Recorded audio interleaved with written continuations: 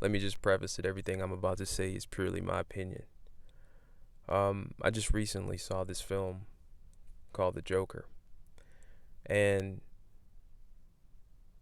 we, as the so-called black men of society, we have undergone horrific atrocities.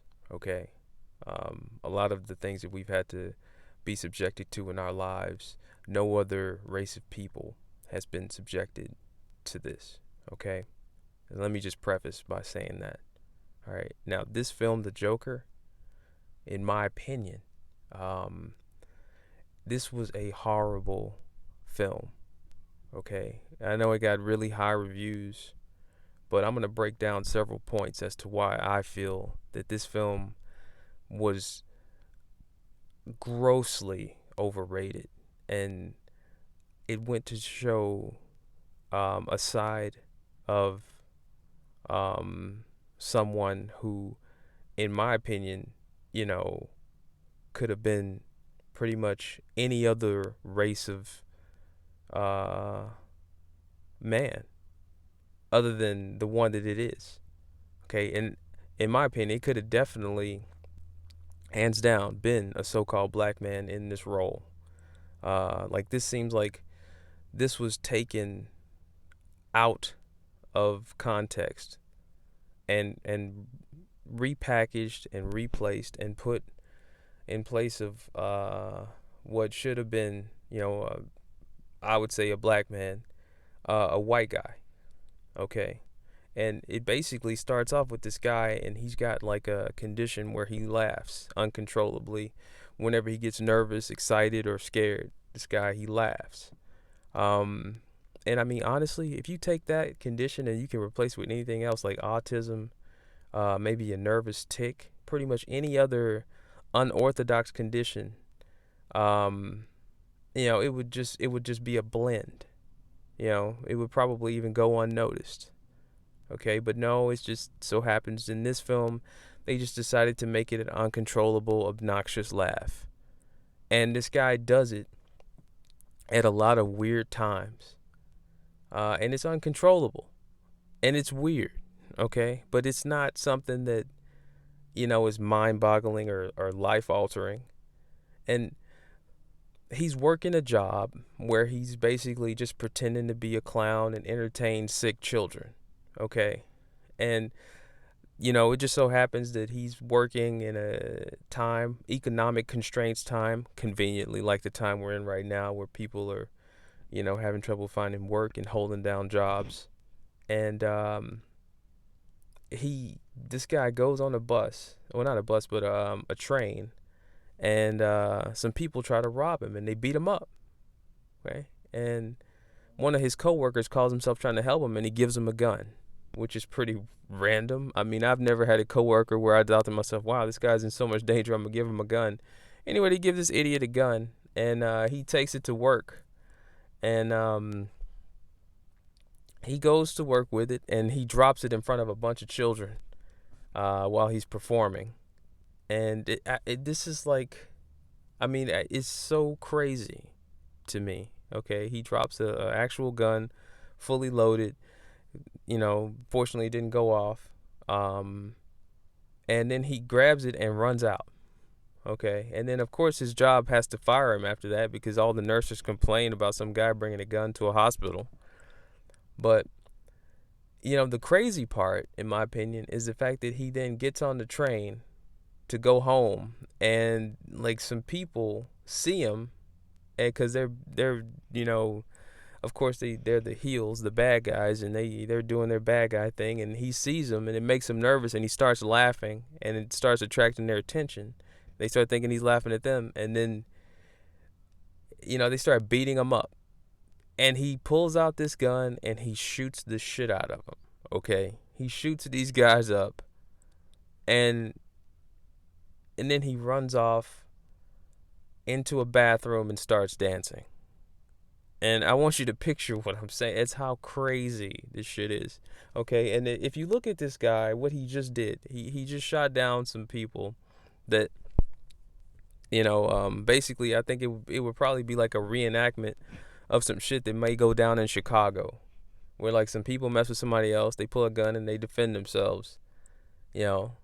And then this guy's characteristics, his traits, like he, you know, he basically has all the traits of a black man. He can dance. Well, he doesn't really dance well, but he likes to dance, and but his dancing is like really weird and awkward. And they play this demonic music when he's dancing, like he's casting a fucking spell on you or some shit.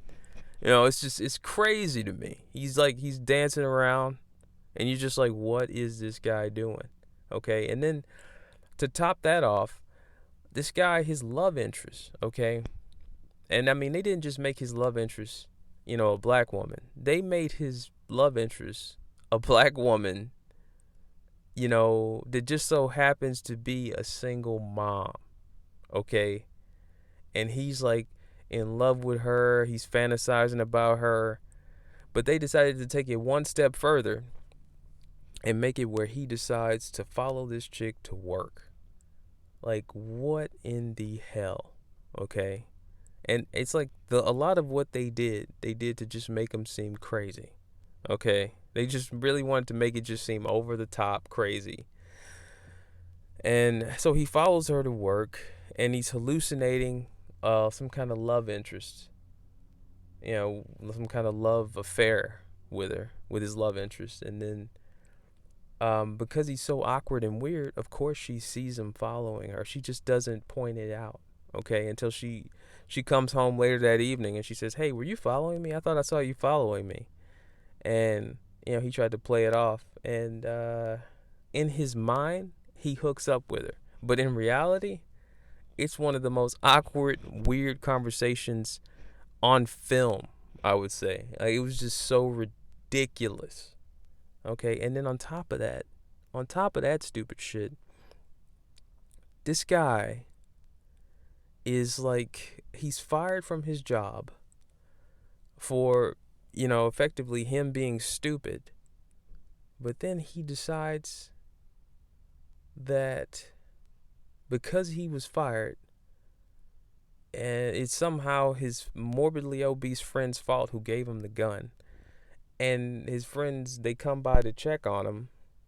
And they come by and it's like in this really weird, I don't really care about you, but I care about you kind of way. And one of his friends just happens to be a midget.